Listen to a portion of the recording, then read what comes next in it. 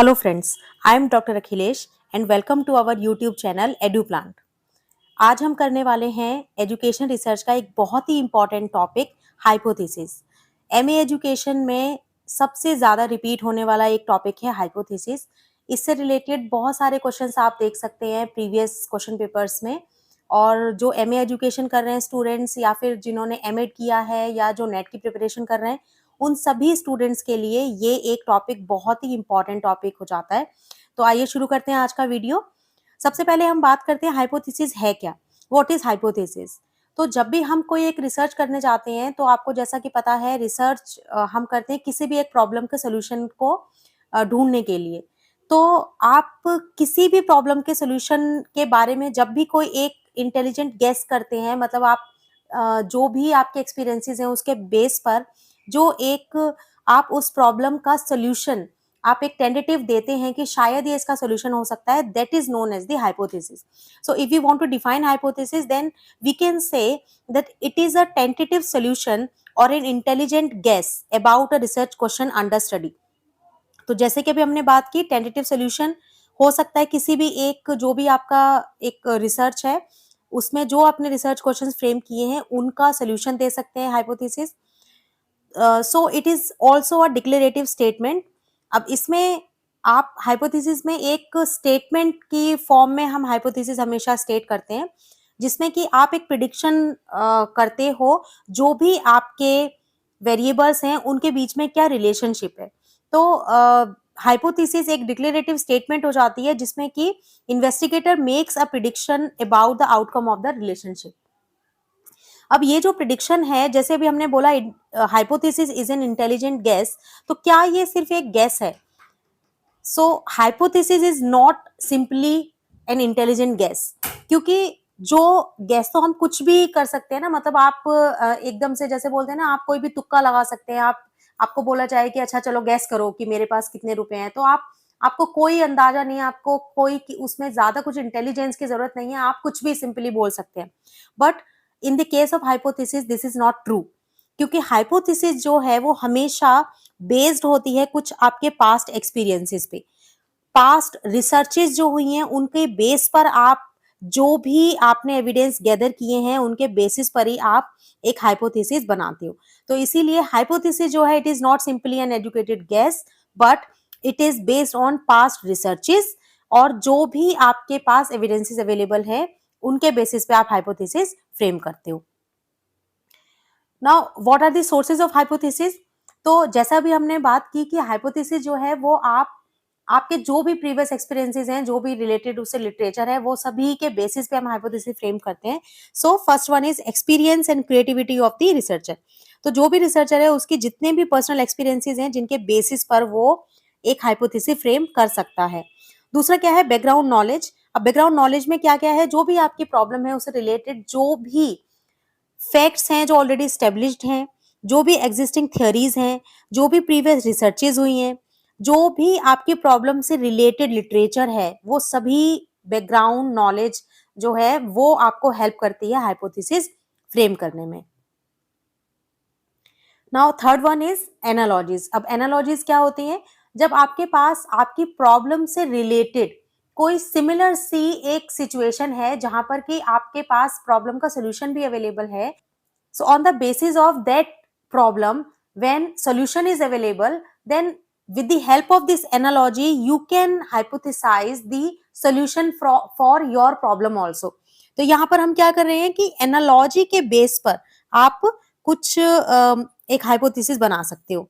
Now scientific theories जो हैं वो भी जैसे अभी हमने बात की कि जो भी आपके एस्टेब्लिश्ड फैक्ट हैं तो उनके बेसिस पर आप बना सकते हो आपका हाइपोथेसिस। तो बिल्कुल इसी तरह से अगर आप कोई भी एक प्रॉब्लम के लिए सोल्यूशन ढूंढ रहे हैं और अगर आपको लगता है कि उससे रिलेटेड एक कोई भी थियरी पहले से अवेलेबल है, तो उसके बेसिस पर आप अपनी प्रॉब्लम का सोल्यूशन सोच सकते हो। तो आप जैसे यहाँ पे एक एग्जाम्पल हमने लिया हुआ है, researcher working on modification of teacher behaviour.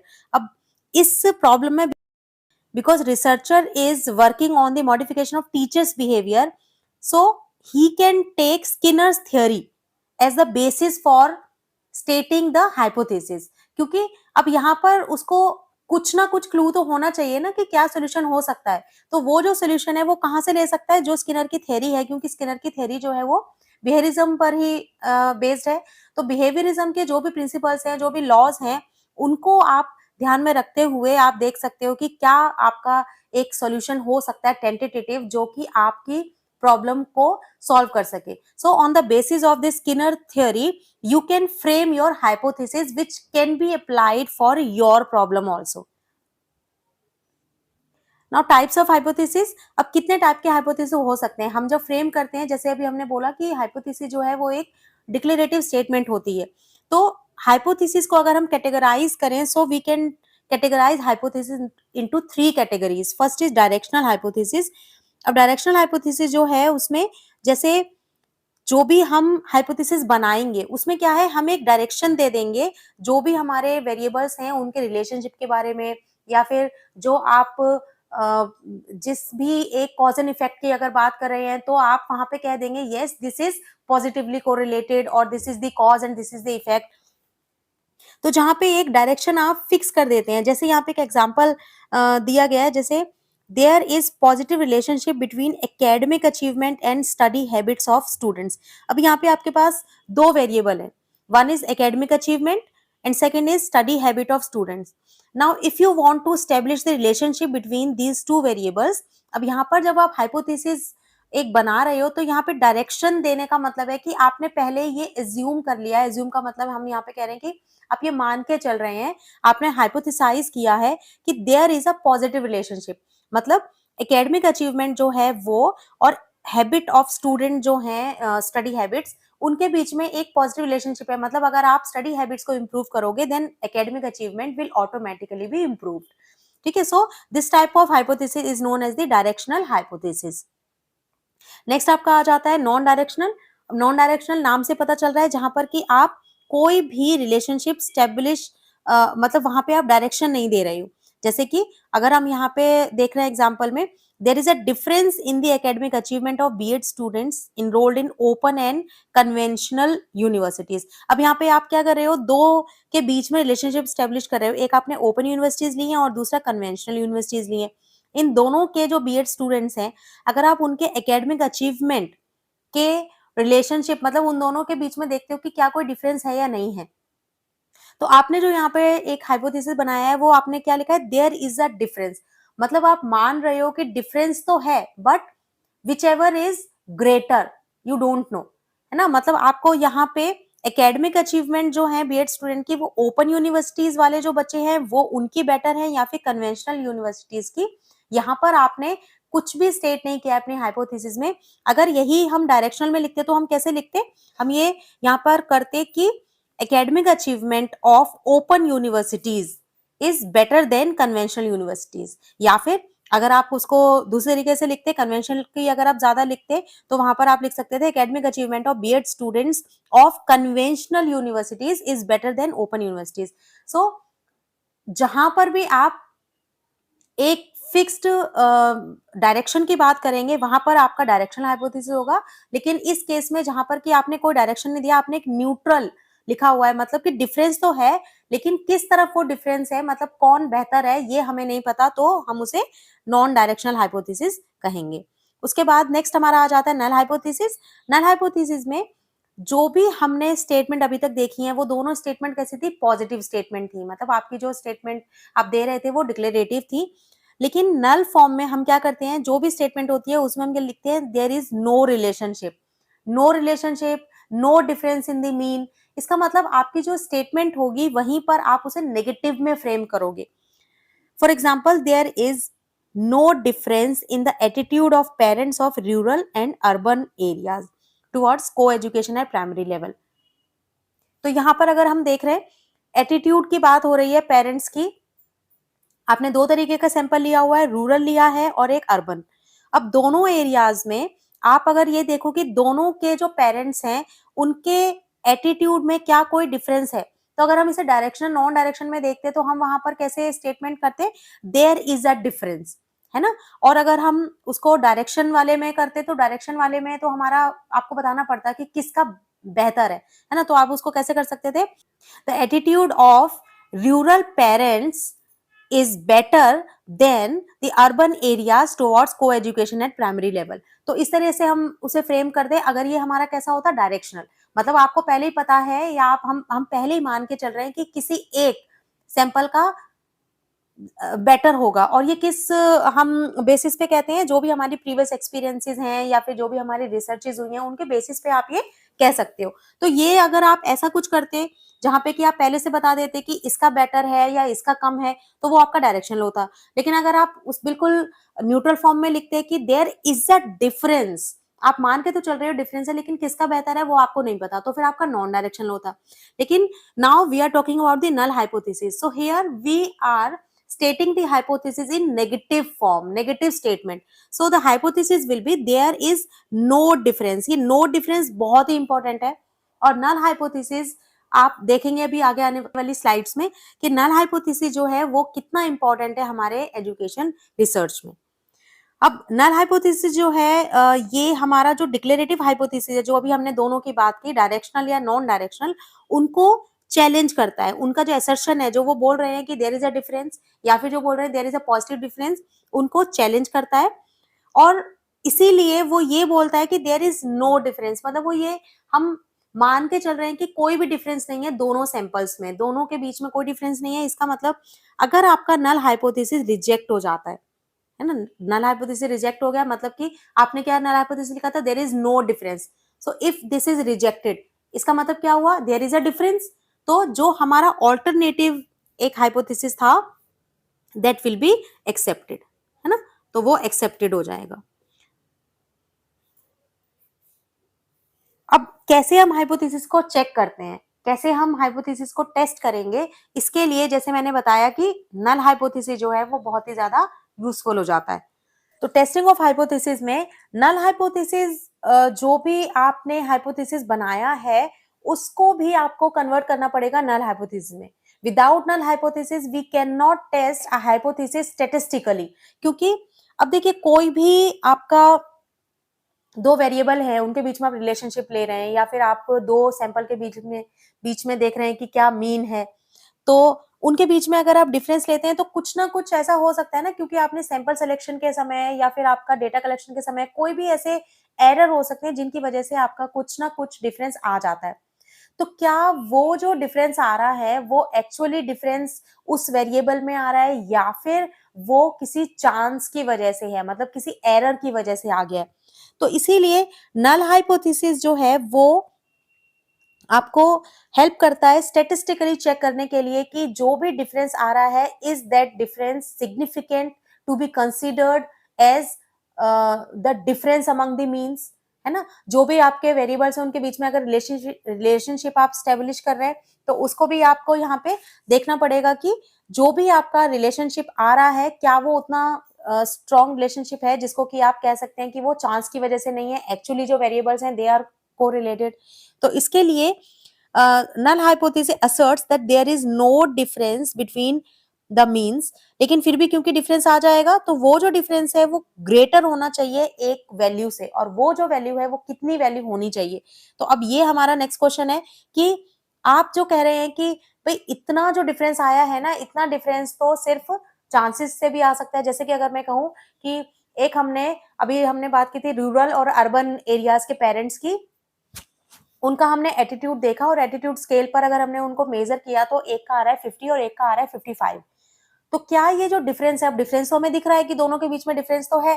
तो अर्बन एरिया वाले अगर हम मानते हैं उनके पेरेंट्स जो है अर्बन एरियाज में रहने वाले, उनका एटीट्यूड है 55, और रूरल वाले में जो है उनका एरिया, जो रूरल एरिया में रहने वाले पेरेंट्स हैं उनका आ रहा है 50।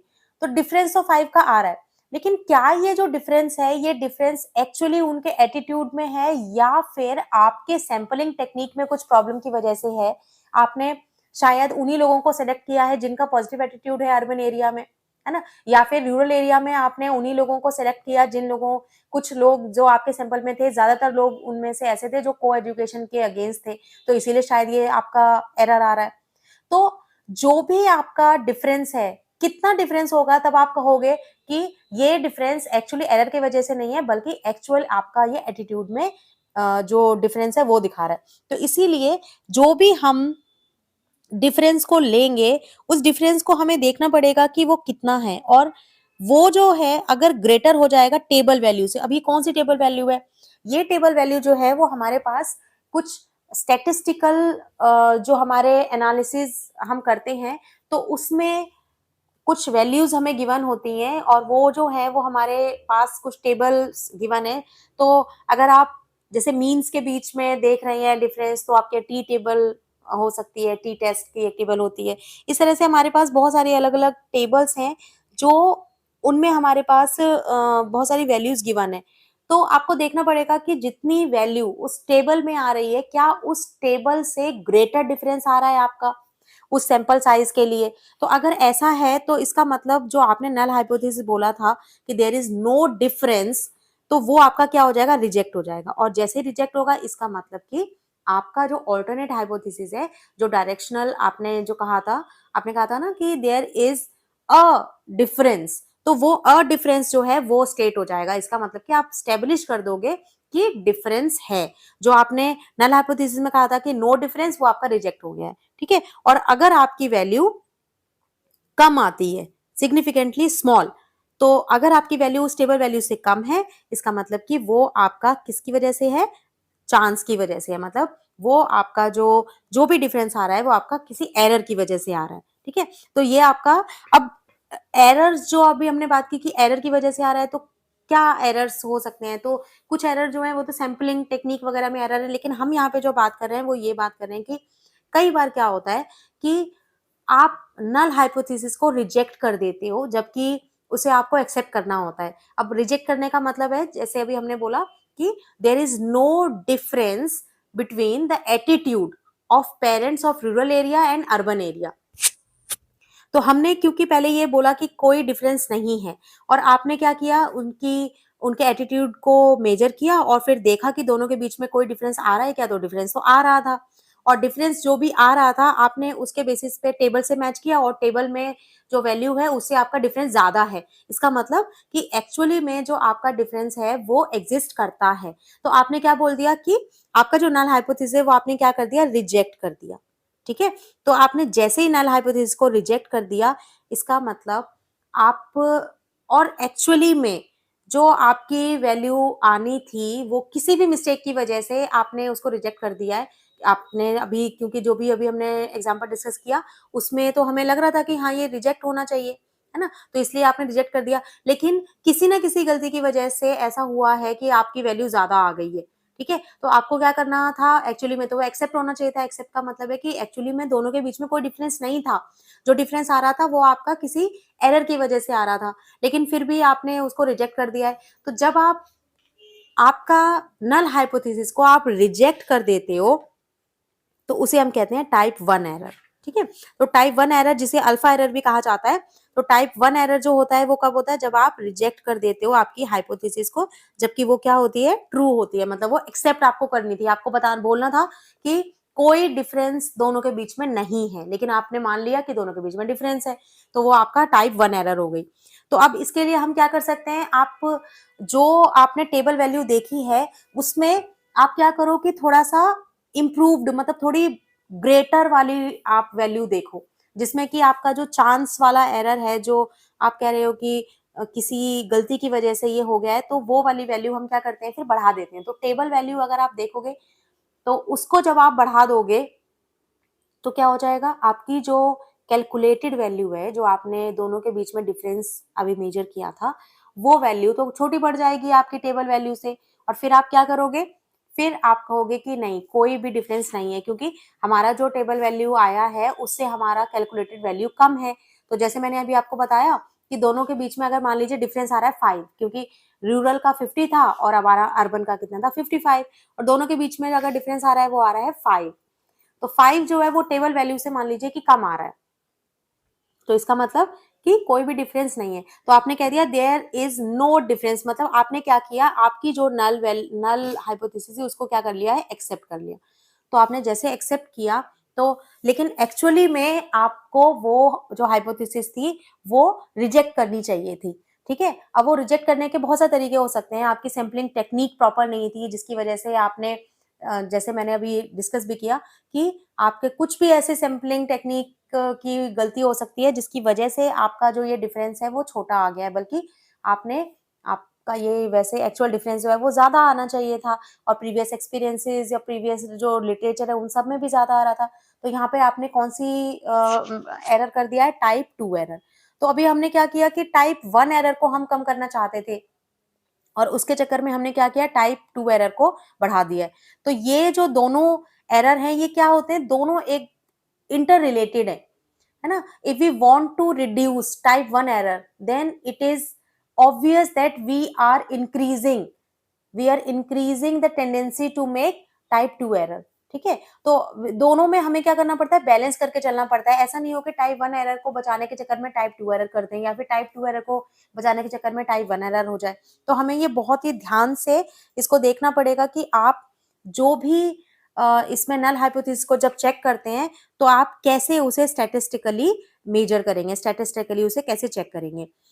Now coming to the characteristic of a good hypothesis. अब आप हाइपोथेसिस अगर फ्रेम कर रहे हैं तो क्या कैरेक्टरिस्टिक उसमें होने चाहिए? So following are the characteristic which a hypothesis must have.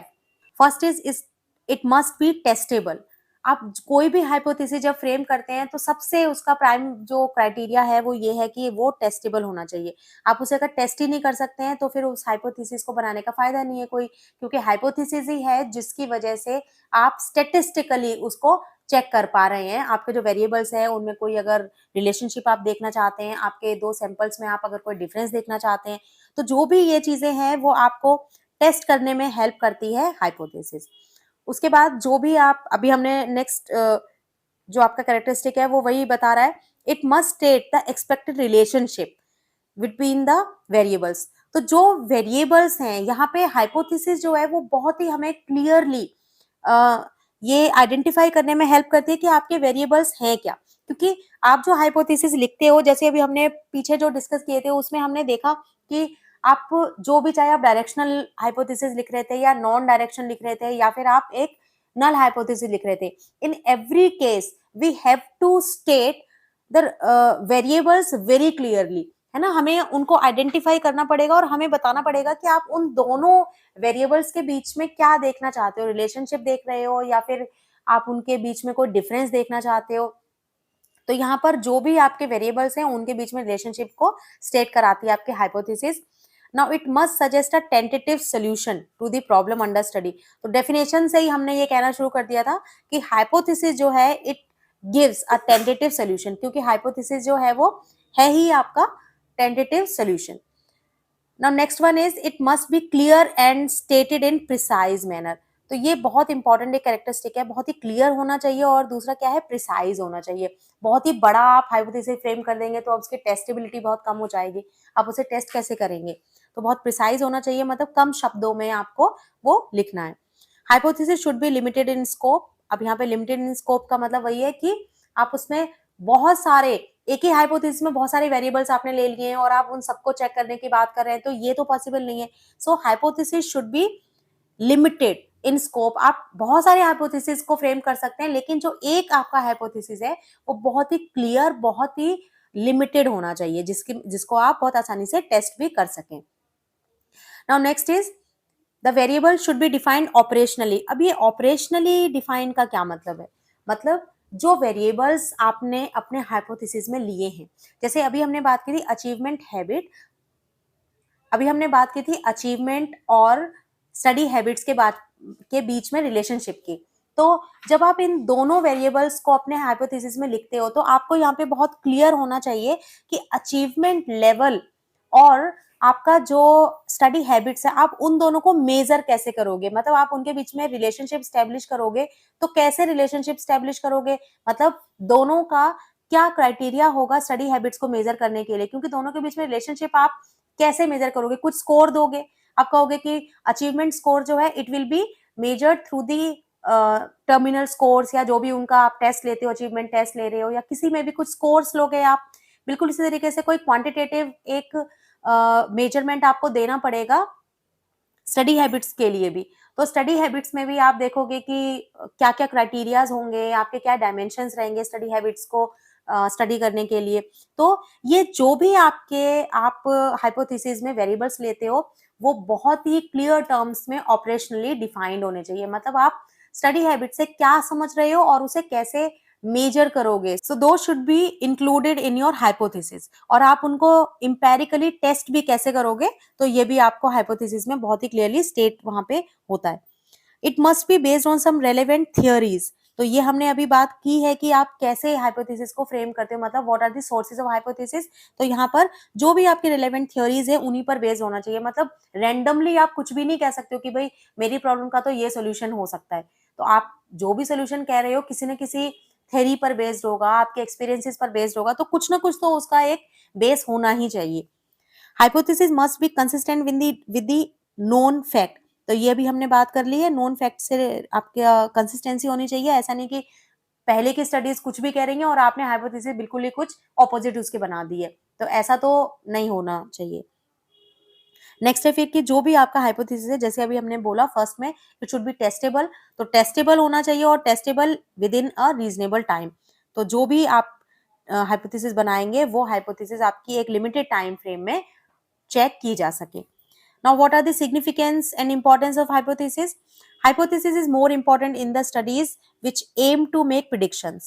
अब predictions की हमने बात कौन सी स्टडीज में की थी, अगर आपको ध्यान हो तो हमने एक अपना वीडियो जिसमें कि एक्सपेरिमेंटल स्टडी की बात की थी, वहां पर हमने बताया भी था, ये डिस्कस भी किया था कि जो भी कॉज एंड इफेक्ट रिलेशनशिप होती हैं या फिर जहां पे भी प्रिडिक्शन वाली जो स्टडीज होती हैं, वहां सभी में हाइपोथेसिस बहुत ही इंपॉर्टेंट रोल प्ले करता है, क्योंकि वहां पर हमें क्लियरली स्टेट करना होता है कि क्या वेरिएबल्स है and how those variables are related to each other. तो इसीलिए एक्सपेरिमेंटल स्टडीज जो होती हैं वहां पर बहुत इंपॉर्टेंट हो जाता है हाइपोथेसिस। और हाइपोथेसिस जो है it helps in directing, monitoring and controlling the research efforts. मतलब आप कैसे अपनी रिसर्च को आगे बढ़ाओगे, उसके लिए रिसर्च हाइपोथेसिस जो है वो बहुत ही ज्यादा हेल्पफुल होती है, क्योंकि आपने जैसे अपना एक रिसर्च प्रॉब्लम को सेलेक्ट किया, आप उसे डिफाइन करते हो, डिफाइन करने के बाद नेक्स्ट ही आपका स्टेप होता है नाउ हाइपोथेसिस स्टेटमेंट। तो आप कैसे, क्योंकि आप सोचोगे कि okay these are the tentative solutions to my research problem, और फिर उन्हीं को आप चेक करने के लिए डेटा कलेक्शन करोगे, और फिर उसको सैम्पलिंग टेक्निक्स जो है उनके हिसाब से, जो भी आपका सैंपल है उनके साथ आप डेटा कलेक्ट करने के बाद फिर उसे चेक करोगे। तो ये जो सारी चीजें हैं वो सभी को करने में हाइपोथेसिस आपको बहुत हेल्प करता है। Next is it provide tentative explanation of facts and phenomena and can be tested and validated. तो ये भी हम पूरे पिछले लास्ट डिस्कशन में यही सब बात करते रहे हैं। जो भी हाइपोथेसिस आप बना रहे हैं वो टेंटेटिव एक्सप्लेनेशन है, इसीलिए उसको टेस्टेड भी किया जा सकता है और वैलिडेट भी किया जा सकता है। तो इसीलिए हाइपोथेसिस जो है वो आपको एक वैलिडेटेड नॉलेज आपको देता है। It helps a researcher to delimit his study in scope. अब यहाँ पे आपकी स्टडी को डिलिमिट करने में हेल्प करता है हाइपोथेसिस, क्योंकि आप इससे क्लियरली आइडेंटिफाई कर पाते हो कि आपके रिसर्च प्रॉब्लम के क्या वेरिएबल्स होने वाले हैं और उन वेरिएबल्स को आप कैसे मेजर करोगे। तो यहाँ पर आप क्या कर रहे हो, डिलिमिट कर रहे हो। मतलब जैसे अभी हमने बात की कि स्टडी हैबिट्स को आप मेजर करोगे, तो स्टडी हैबिट्स को आप कैसे मेजर करोगे, क्या क्या क्राइटेरियाज होंगे, तो स्टडी हैबिट्स में आप किन किन चीजों को लोगे। तो बहुत सारे डायमेंशन है स्टडी हैबिट्स में, जैसे बच्चे क्या बैठकर पढ़ते हैं या लेटकर पढ़ते हैं, कितने घंटे पढ़ते हैं, सुबह पढ़ते हैं, शाम को पढ़ते हैं, पेरेंट्स के सुपरविजन में पढ़ते हैं या फिर अपने आप पढ़ते हैं। तो ये अब बहुत सारे हो सकते हैं डायमेंशन, लेकिन आप उनमें से कौन से लेने वाले हो। तो यहाँ पर क्या है कि इतने सारे क्राइटेरियाज में से आपने जो लिए हैं parameter, so you have delimited your variables to certain parameter, certain criteria. So hypothesis is helping you to delimit your study. ठीक है, तो इसीलिए जो हाइपोथेसिस है वो हमारी स्टडी को डिलिमिट करने में भी हेल्प करता है।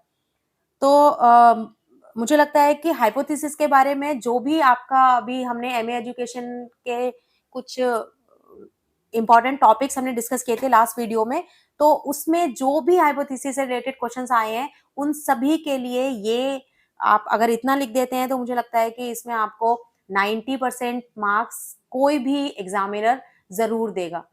तो आई होप ये वीडियो आपको पसंद आया होगा। आपको कोई भी टॉपिक या कोई भी पॉइंट जहां पर कोई डाउट हो या फिर कोई भी चीज ऐसी जो नहीं समझ आई हो, या आप कुछ भी किसी भी तरह की आप कोई आपकी क्वेरी है, तो आप कमेंट बॉक्स में लिख सकते हैं और आपको ये वीडियो कैसा लगा वो भी आप बता सकते हैं कमेंट बॉक्स में।